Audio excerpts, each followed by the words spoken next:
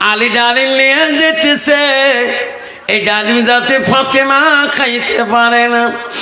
জিবরাইল তুমি এমন রূপ নিয়ে যাও আলী যাতে চিনতে পারে না তোর নাম জিবরাইল। আলীর কাছ থেকে ডালিম কারি আনবা, আরে জিবরাইল আলী যাতে জানে না তোর নাম জিবরাইল। দেখুন সুবহানাল্লাহ।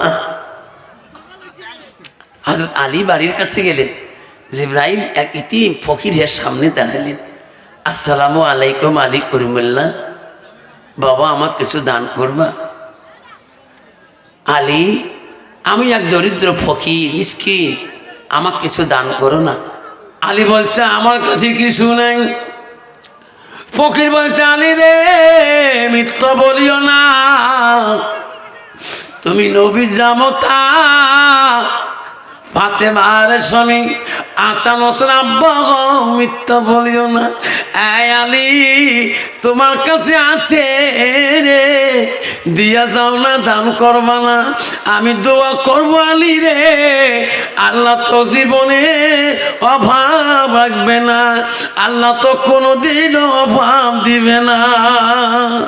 আলী বলছি ভাই ফকির আমার কাছে তো কিছুই নাই, একটা ফল আছে, ফলটা আনছি আমার বিবির জন্যে, একটা ডালিম ফল।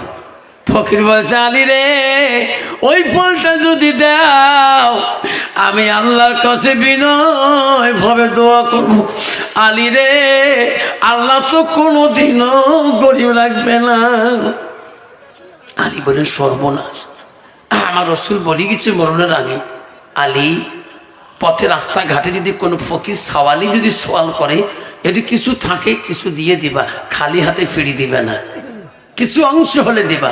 আলী মনে করলো আমার কাছে একটা অংশ আছে, একটা ডালিম, যদি ফকিরকে দেই তা বিবির হয় না, আর বিবিকে যে দেই ফকিরকে হয় না। আল্লাহ ফাতেমা জীবনে বেঁচে থাকলে বহু ফল খাইতে পারবে, এই ফকির যদি চলে যায় জীবনে দেখা হবে না। আলী আস্তে করে ডালিমটা বাইর করি ওই ফকির হাতে দান করে দিলেন। যেরকম সুবহানাল্লাহ। ফকির ডালিম নিয়ে যায়, দোয়া করে আল্লাহ। আরে ডালিম নিয়ে গেল, আলী খালি হাতে বাড়ি যেতে পারে না লজ্জাতে। আমি নবীর বেটির মুখে কেমন কই মুখ দেখাবো? আমি জোর করে বলছিলাম ফাতেমা রে তুমি কি নেবা, কি চাবা, কি খাবা? আমি আলী আজি তোমাকে ইচ্ছা করে তালে দেব। আজকে আমি আসলাম ডালিম আনতে, ফাতেমা ডালিম খাইতে চাইলাম, কিন্তু আল্লাহ সেই ডালিম তো ফকিরকে দিলাম, ফাতেমার কাছে খালি হাতে যেতে পারি না। আমি আলী বড় লজ্জিত হয়ে যাব। মাবুদ রে আমি ফাতেমার কাছে কোনোদিনও বিদ্যুতি হই নাই, ফাতেমা আমার লজ্জা দেয় নাই, আমার মনে হয় আজকে লজ্জা দেবে।